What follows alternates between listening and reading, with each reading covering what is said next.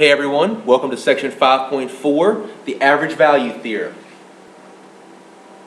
Today, in this example, I'm going to go through the theorem, talk about what it means, but I'm not going to do a lot of examples. There's a mini lesson on YouTube that does a lot more examples of this, both algebraically and graphically. So if you're still having trouble with this, check out the mini lesson. Quick review of some other theorems. The very first theorem of the year was the intermediate value theorem. That says that you've got to hit every point in between 2 points if it's continuous. And the mean value theorem, which says that the average slope must be equal to the instantaneous slope somewhere. Today I've got the average value theorem. The average value theorem is really a formula. The average value of a function is given by this integral. 1 over b minus a, the integral from a to b. You guys can take a look at that. But let's talk about what this means. If you want the average of the function you have, you do the formula. This is the average of the given function. And I cannot stress this enough, because this is where people get confused. It's the given function. If you're given velocity, this gives you average velocity. If you're given people per hour, this gives you the average people per hour. It's the average of what you're given. It's different than average slope. Average slope is between 2 points. This is the average area. It's the average of what you're given. Here's an example. Find the average value of 4 minus x squared from 0 to 3. And at what point does the integral does f actually take on this value? Well, average value is 1 over 3 minus 0, integral 0 to 3, 4 minus x squared dx. Average value formula. If you integrate, you get 1/3. That's 4x minus 1/3 x cubed, evaluated from 0 to 3. That's 1/3 times. If you plug in 0, you're going to get 0, so that doesn't matter. If you plug in 3, you're going to get 12 minus 3, 9, 27, 1/9 of 27, or 1/3 of 27 is 9. 12 minus 9 is 3, and 1/3 of that is 1. The average value is 1. So that answers the first half. What's the average value? The average value is 1. When does it take on that function? When does it take on that value? Well, the function is 4 minus x squared, and I want to know when that's equal to 1.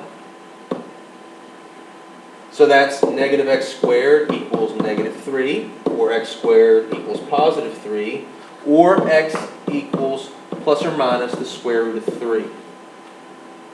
But which of those two numbers is between 0 and 3? Only x equals positive square root of 3 is in the interval from 0 to 3. The negative square root of 3 is also true, but it's not between 0 and 3.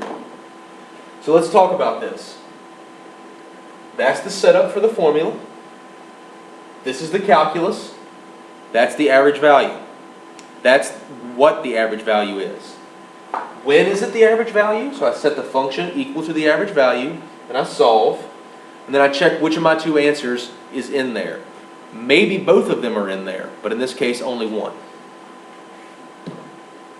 Two different ways to find average velocity. What if you're given position?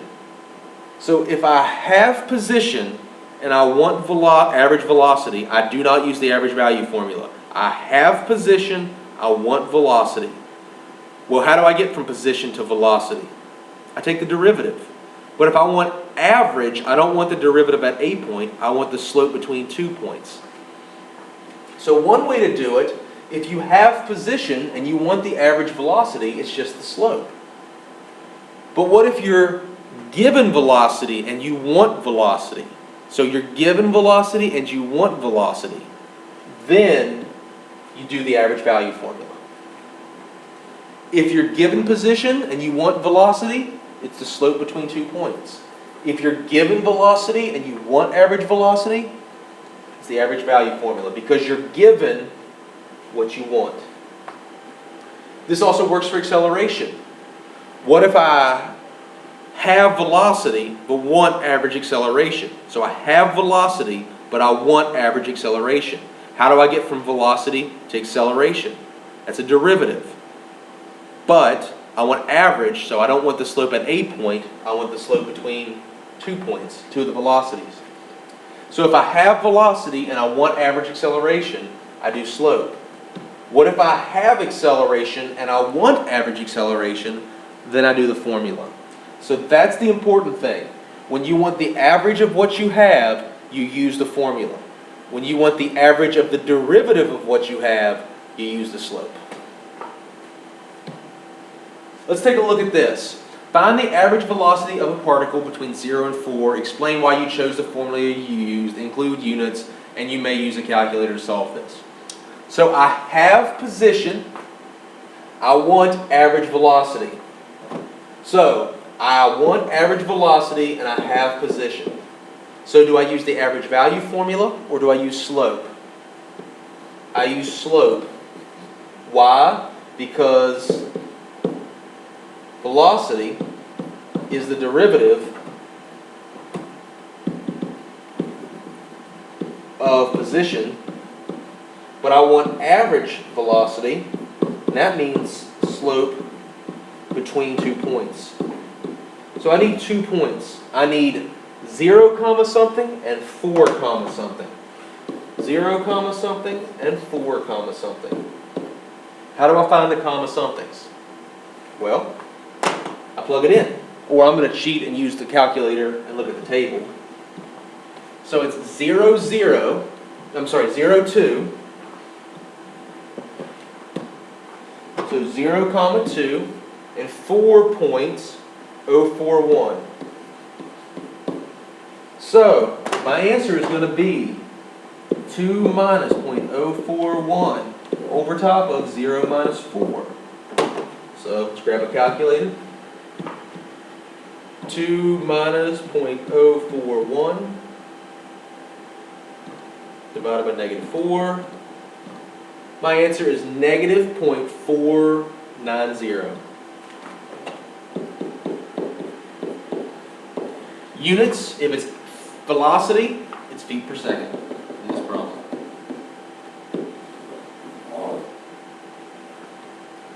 Why did I do slope? Because I had position and I wanted velocity.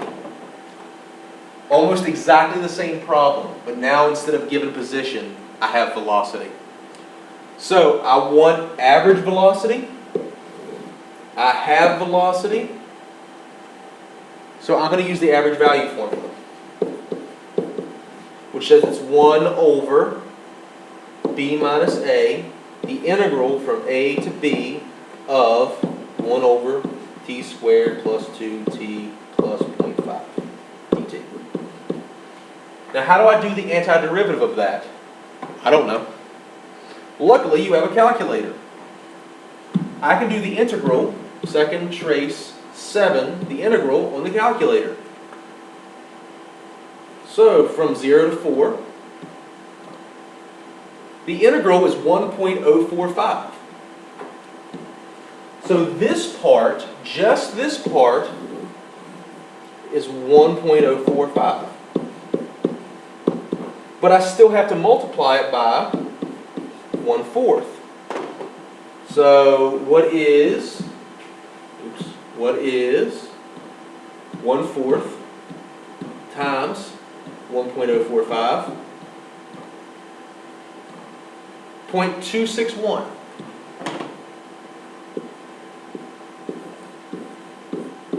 Feet per second. So notice the difference in these two problems.